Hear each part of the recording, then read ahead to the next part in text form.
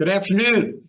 Welcome to today's May 23rd edition of the monthly Bob Benny Wealth Management informational educational webinar podcast. I like to call it a Bobcast. I'm Bob Benny. I'm Jesse Thompson. We're certified financial planners with Bob Benny Wealth Management. Today's topic, or the title of our webinar, is Market Mysteries, 5 Things You Never Knew. So if you have any questions, at the bottom of your screen is a something. What is it, Jesse? There's a button at the bottom of your screen you can press and type your question in. We'll address all of those at the end of the webinar. Okay. So what are we going to talk about? Yeah, so to get started, what we wanted to do was address some things that are topics that you might talk about if you ever talk investments or money or the stock market or economy or anything like that with maybe friends or family, or just maybe things that you're going to hear on social media or the news, and kind of give you a foundation of knowledge and perspective on the truth of maybe how those things work. So let's go ahead and jump right in to the first thing that you may have never known. And that is, hopefully, you know, if you are on our Bobcast very often, but that current events effects on the market are usually temporary and overblown. So you see stories on the news all the time, or maybe when you're talking with friends, having coffee or something like that, you hear about, oh, well, this is going on and this could really, you know, crash the stock market, and it could be any number of things, but usually there's something that's always going on that people would look at as maybe a threat to the stock market. And so we wanted to go through and just show for perspective the historical performance of the S&P 500 during several major current events. And the first one being presidential election years. So Yeah, because we're in a presidential election year. This is a chart of the S&P 500 and the average returns during election years and non-election years since 1932. The non-election years are in dark blue, election years are in light blue.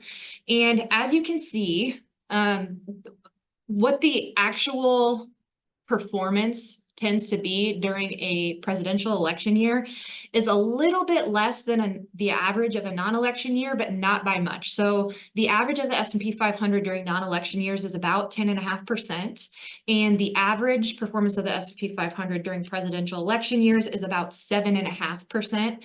And most important thing to note is that there's typically in presidential election years more volatility during the first part of the year that slows down. The volatility in maybe possible market dips, things like that, typically slow down a little bit after the primaries. So that's something to note. So a lot of people think, oh my gosh, it's a presidential election year, the market is just gonna go crazy, or it's just gonna be terrible. And the truth is, actually, over all the history of our presidential elections since the S&P 500 has been established as a market index, 83% of the time, the S&P 500 has a positive return during a presidential election year. One thing I will note, you know, this time period where it says that it's typically stagnant in the market, right now, as of today, the stock market is up around a little bit over 10% since the beginning of the year. So we've, you know, outperformed the typical election year already. And the reason for that is that these companies are making money. Not all of them, but most large companies, most publicly held companies are increasing their earnings and are doing quite well. And that's what the ultimate value of a stock is. And so we believe the earnings are going to continue to stay there and continue to increase, barring some drastic government taxes or regulations or stuff like that we're going to talk about a little bit later. So we're very bullish on the stock markets right now. Yeah, and speaking of like presidential election cycles and the stock market, we talked about this back when there was midterm elections. Midterm election years are much more volatile, and usually a stock market has a hard time during a midterm election year, on average, but presidential election years do much better. So Yeah. it's not really what you would expect. That's why it's kind of a mystery, but That's why it's a mystery. that's how it goes. Okay. So let me get here. How'd I get out of that? I Sorry. don't know. Technical difficulties, stand by.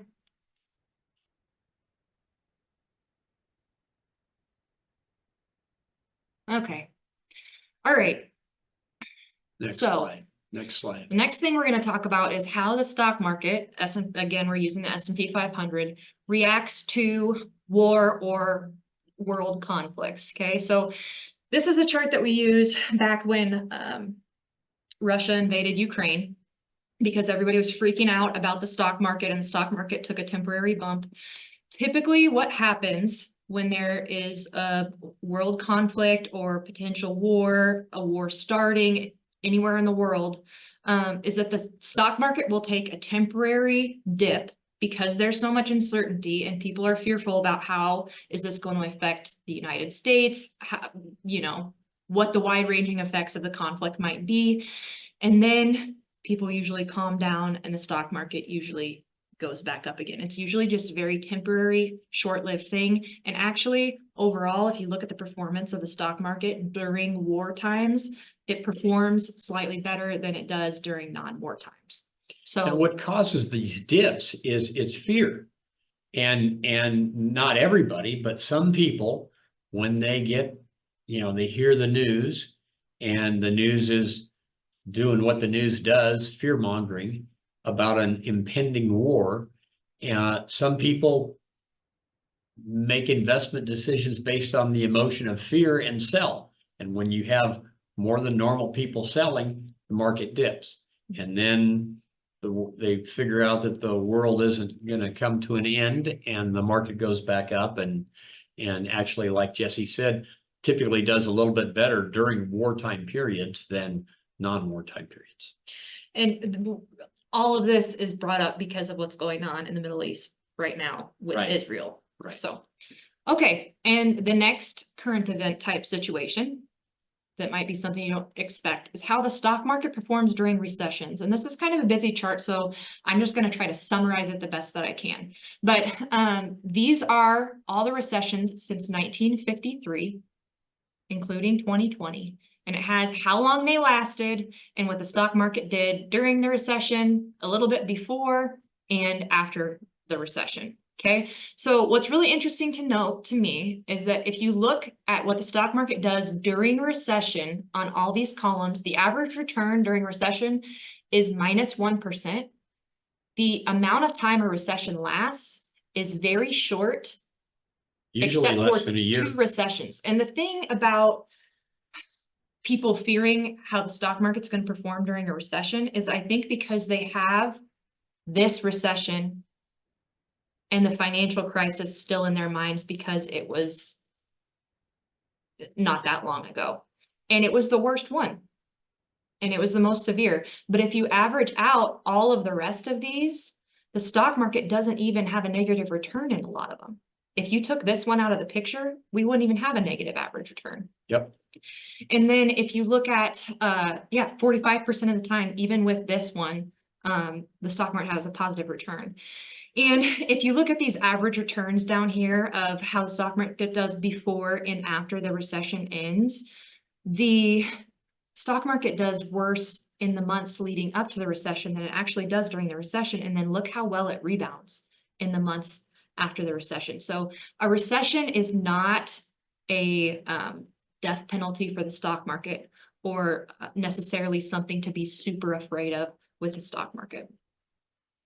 All right, and then the last thing is how the stock market performs during interest rate period hikes, like we're in right now. Okay, so this is up till now, all of the interest rate hike periods, looks like since 1954. The S&P performed at an average annual rate of 9.4% during these rate hike cycles, which is very close to what its regular average return of about 10.5% is. There's only one period actually where it was negative. And so these interest rate hike periods are not bad for the stock market either. And a lot of times that's because when interest rates are being increased, it's because the Fed is trying to fight inflation. And inflation is typically something that is good for the stock market in the short term. Yes, yes. So, and right now what we're experiencing with this inflation, and it's just going to get worse, is because of all the money that the government printed over the last 3 or 4 years, and they've increased the number of dollars in the world financial system by 40%, inevitably causing sky-high inflation that's going to keep getting worse.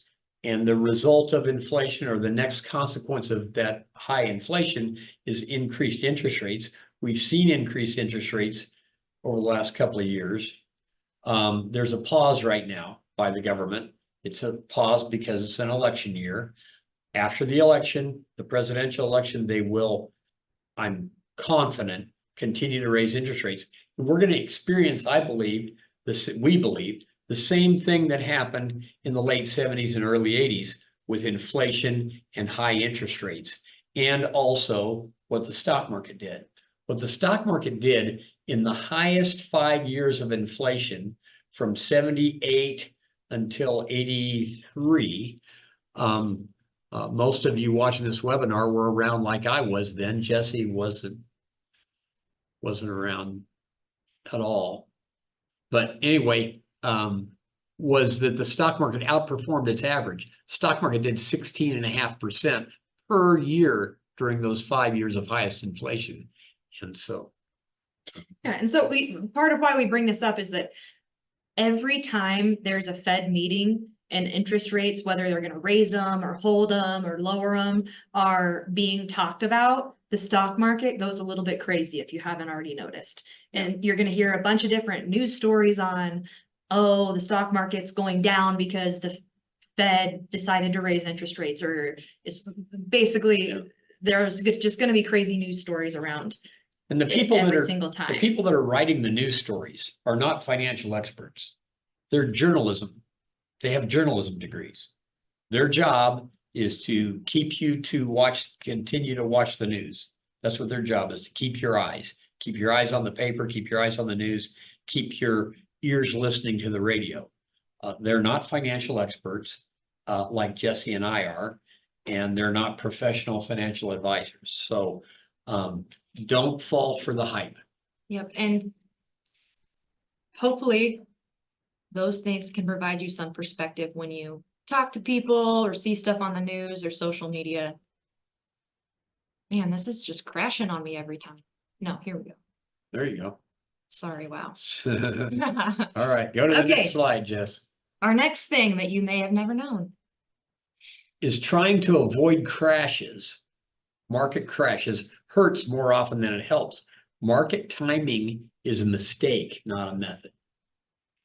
And just to clarify and describe to you guys exactly what we mean by market timing, because I think a lot of people have the expectation that this is what you do as an investor. You try to time the market, or if you have a financial advisor, this is what they're supposed to do for you.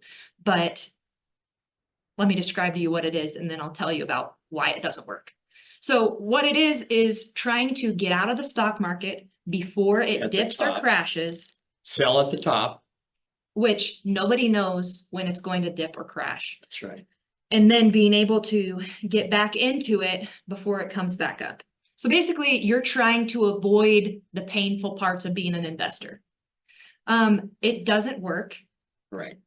Literally, people who are professionals at it can't time it right. There's nobody has a crystal ball to know when the market is going to go down to get you out in time. And the other problem is that if you're out, how are you going to know when to time it right to get back in? So what people end up doing is they end up getting nervous as the market's going down, and they sell low as the market's already gone down. And then they're not comfortable enough to get back into the market until it's gone up high enough to where they're at a level where they're like, okay, well, maybe it's done going down. And then they get in at a higher price than what they sold at. And They'd have been better off if they just stayed in and wrote it down and wrote it back up. yes, and there's actually been a lot of studies done on this subject. I'm going to show you, we've talked about this before on our webinars, and I'm going to show you, have a new chart for you. A new chart? But it shows the same. It shows the same concept, okay? So this shows the value of if you had invested $10,000 in the S&P 500, so say in an S&P 500 index fund in January of 2003, and this goes through December of 2022, so 20 years. about 20 years. If you had just held on to that and stayed invested all the days, you'd have almost $65,000. $10,000 would have grown to almost 65,000. Is that right? Yes, without having to add any money to it or anything. Wow.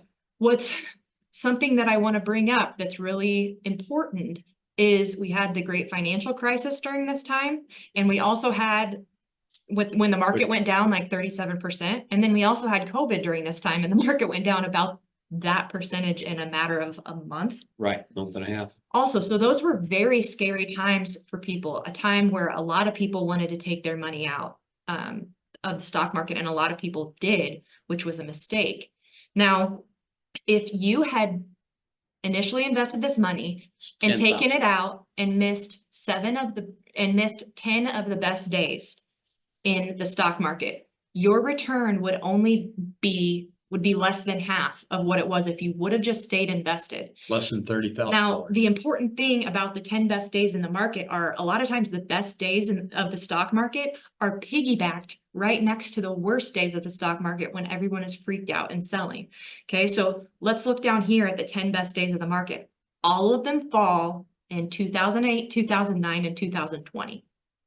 Those are all of the 10 best days in the market. Those are all the days when people were freaking out and wanting to be out of the market. Those were the best days that made the difference between this return and this return. And if you stayed out and missed more of the best days in the market, obviously your return gets even worse. Yeah. So you're better off just holding and staying invested. There is one time that we would tell you that it's a good idea to try to time the market. And that's never to be defensive about trying to time the market. So it's never trying to get out of the market. It's about getting in the market.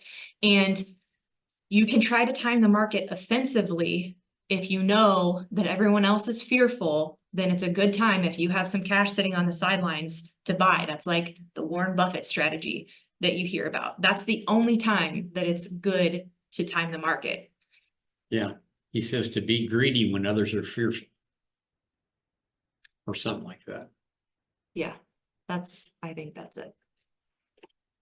Okay. So thing number 3. Investing does not need to be complicated. Simple strategies win.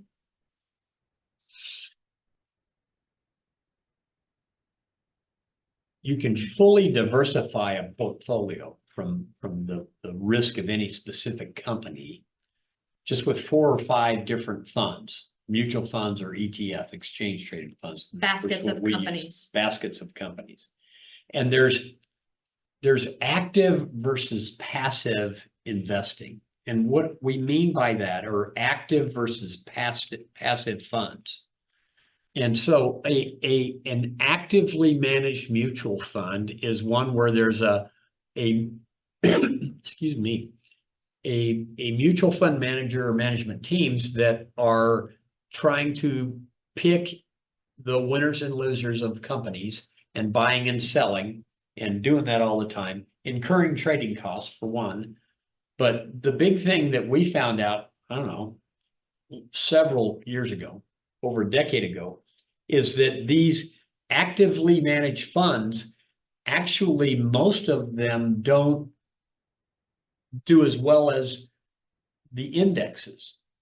You know, like if a fund is investing in large cap United States stocks and you compare that fund to the S&P 500 index, the 500 largest companies on the New York Stock Exchange, most of those funds underperform those indexes. And so because of that, we invest in what we call passively managed funds or unmanaged funds, baskets of stocks because then we don't have to trust a fund manager or management team because they don't have a very good proven track record. We have some proof of that Jesse's going to show you. Yeah, Standard & Poor's does a study comparing actively managed mutual funds to their benchmark indexes. Benchmark means their comparative indexes every year. And this last one that I have is from 2021, but it shows like almost 20 years of, 20 years of returns. And the companies, what's in the orange is the percentage of actively managed mutual funds that underperformed their indexes. And in the blue is the percentage of those actively managed funds that beat the indexes. So over a 20-year period, look how crazy this is. So for large cap growth funds, this would be a lot of the funds in the S&P 500, a lot of funds on NASDAQ probably. 99.71% of those actively managed funds underperformed their relative indexes. Yeah. That's crazy. So the reason why we share this is not just if you're investing in mutual funds, it's that if you're managing your own money or you have somebody managing your money, they might be doing a similar thing where they're trying to basically make and manage their own mutual fund with a whole bunch of stocks. We've seen people come in with statements like this from different advisors where they have, sometimes almost 100 different stocks. Basically, they have their own mutual fund that they're trying to manage to outperform an index. And even people who are really smart, professional, these people who manage these mutual funds are like the cream of the crop of financial advisors. Like they are awesome and they still can't beat the indexes most of the time. So just if you keep it simple, you can win. Right. You're more likely to win.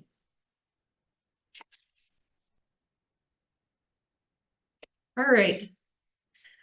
The fourth thing that you may have never known, there isn't a specific formula for investing your money once you retire. And we bring this up because you have a lot of people when they come in and are getting close to retirement or are retired, and they're under the impression or they've heard or read something that shows that because they're retired or getting ready to retire, now they need to be in a certain percentage of bonds in their portfolio. And that's just it's kind of old school. A long time ago, they came out with this. I mean, like in the 70s or early 80s, they came out with this thing called modern portfolio theory. And the theory, and it was a theory, not a fact, was that as you're young, you have most of your money in stocks and very little or no money in bonds. And as you get older, you reduce the amount of stocks and increase the amount of bonds. Well, it hasn't proven itself to work, but they have lots of calculators and lots of tools that on the internet or that people use to try to do that. The idea being that bonds are safe. Well, bonds aren't safe. They're not safe when interest rates are going up, because as interest rates go up, bond market values go down. Do you think interest rates are going up or down? We believe that interest rates are going up and are going to keep going up. And we believe it's inevitable because of this inflation that we're facing that's going to continue to happen. Another thing that's really important is that if you're going to invest in the stock market, you need to have a long-term time horizon if you want to have success. There just can be too much volatility in a short amount of time. Okay, so if you're going to invest in the stock market, you need to have, we tell people, usually at least a 10-year time horizon for when you're going to need all of that money. Well, if you're retiring, you probably have a 20-year retirement in front of you. You have a long-term time horizon, and most likely the safest thing to do is not to try to spend down your entire retirement all the way to zero by the time you die. That's not safe. The safest thing that you can do is try to invest your money so that it is at least keeping up with inflation and your withdrawals that you're taking during retirement. That's the safest way that you can ensure that you don't run out of money before you run out of time. And I have a quick chart here that shows different asset classes and how their average annual performance. And I just want us to look at here at the S&P 500 index and the Bloomberg bond index, okay? And what we're looking at is this column over here, the real return, which is the inflation adjusted return. The S&P 500's inflation adjusted return since 1970 is about 6.5%. The corporate bonds is a little bit less than 3%. So a lot of people are going to take out about 4% of their 4 or 5% for investments. And how are you going to keep up with inflation? Taking out 4% plus adding on inflation every year with this return, you're not going to be able to. So stocks are a necessary thing for retirees. And so inflation, you know, that's the greatest financial threat to Jesse and I and all Americans, everybody watching this webinar, and everybody in the world, frankly. The greatest financial threat to everybody in the world right now is this high inflation that's inevitably going to get worse long before it gets better. And the best way to the best category of investments to be in during periods of high inflation is companies, because just think about the logic of it. If inflation is the rising cost of goods and services, what better logical hedge against inflation could there be than owning the companies that produce the goods and services whose prices are going up? And not only is it logical, but we can prove it to you. We're not going to do it right now, but we can show you the data. And if you're interested, you can come in and we can show you, we can talk to you about it on a Zoom call or whatever. But the stock market is the best asset class to be in during periods of rising interest rates and high inflation. All right. And then our last thing. Our last mystery. Yeah, our last thing you might not have known. And I just added this in as a little special bonus thing because I thought it was interesting. It was something that was in my CFP learning. But there are certain market phenomena that are not logical, and these are not big movers of a portfolio. We don't take these into account when we're managing people's money, but I'm just adding them in just because it's just interesting to know. And sometimes they get talked about. Yeah. So the first one is the January effect. Basically, on average, a lot of times there's this effect where stock prices on the stock market will go down in December and then go up in January. There's another one called. It doesn't really make any sense. There's no real logical none of these for that do. to happen. Some people will say that it's because people are selling to do tax harvesting in December and then buying back in January, but there's different countries that don't have our same tax laws that experience this same phenomena. Okay. And then there's the neglected companies effect. That's basically saying that companies that aren't followed by a lot of analysts tend to have better growth and performance than companies that are followed by a lot of analysts. And the last Which doesn't make sense either. Right. They're kind of the underdog companies. The last one is the weekend effect, and that's that prices tend to peak on Fridays and dip on Mondays, which is also interesting. So not big movers, not something to Bet the farm on. No, but just interesting things to know and to keep in mind when you're looking at stuff. And there are certain things that do hurt the market. And we want to briefly talk about the certain things that actually do hurt the market, most of which have to do with, they all have to do ultimately with the government, is things that hurt the market. And so tax increases will hurt the market. You know, for instance, President Biden's proposed tax increases for 2025 on corporate income taxes would increase taxes on corporate earnings from 21% where they are currently to 28%. That's pretty significant.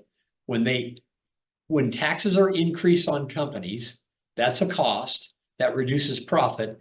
Something that reduces a company's earnings or profit reduces their value. So that's a negative for the stock market. Another significant one is it's been proposed to increase the federal capital gains tax rate from the current top level of 20% to almost 40%. That will disincentivize, I think that's the word, de-incentivize, unincentivize. It's the opposite of incentivizing investment for taxpayers. And So- obviously that would be harmful for the stock market if people don't want to invest in it or feel like they are kind of being penalized for investing. Or certainly it's also even been proposed to tax unrealized capital gains. And like if you have a stock or a farm that goes up in value a certain percent, whatever amount it went up in value in a year, but you didn't sell it, which causes a realized capital gains, which is when they're taxed now. The government is proposing we'll tax you on that it went up, but that you didn't sell it. So anytime there's a tax, it's an increase in tax. Generally, it's not good for the stock market. Yeah. And it doesn't end up just being taxed. They act like it's only a tax on wealthy people. It trickles down and it's on everybody. It never ends up just being that rich people get taxed more. That's not reality. The second thing is prolonged inflation and high interest rates. Eventually, inflation causes interest rates to get up high enough that it does end up affecting the stock market. It affects the stock market in two ways, Jesse. One is because most of these companies borrow money. And as interest rates go up, their cost of borrowing goes up, which just like taxes affecting profits, a higher cost for borrowing money reduces their earnings too. But then the other thing is that once interest rates get pretty high, then some people wisely move some of their money out of the stock market into interest paying things. For instance, like one of our strategies is that we're thinking about right now. If interest rates continue to go up, and if history repeats itself, and like in 1981, when we had peak interest rates before, home mortgage rates were 18% for a 30-year mortgage, but 30-year treasuries, 30-year federal treasury bonds were paying 12%. 12% locked in for 30 years. We might move some money from some accounts, 10, 20, 30%, take it out of the stock market and put it there. We're not there yet, but could happen. All right. And then the last thing that could hurt the stock market is increased regulations and compliance. Anytime the government comes up with new regulations on a business, it costs them money to comply with that regulation because they got to, pay for software, or they got to pay for people to do it, or it takes time to follow that regulation. So some people, particularly in the government, just don't think there's enough rules and they like to increase regulation. So those three things: excessive taxes, prolonged inflation and high interest rates, and increased regulations are things that do hurt the stock market. Mm-hmm. Okay, so let's review the 5 things that you may have never known. Number 1, current events effects on the market are temporary and overblown. Number 2, market timing is a mistake, not a method. Number 3, investing doesn't need to be complicated. Simple strategies win. Number 4, there isn't a specific formula for investing once you retire. And lastly, there are certain market phenomena that are anomalies, but they aren't big movers. So we want to thank you for attending our Bobcast today. And Jesse and I just want to welcome any kind of questions that people have. I don't think we have any right now today, but we do welcome you to call the office at 402-421-2626 or email us at bob@bobbinney.com or jesse@bobbinney.com, because we just want to help people. Help you learn more about financial matters like investments, like the stock market, like what we just talked about, or estate planning or tax planning. We want to help you, your friends, your relatives, whatever. That's what God put us here for. So please contact us if we can be of any help to you at all.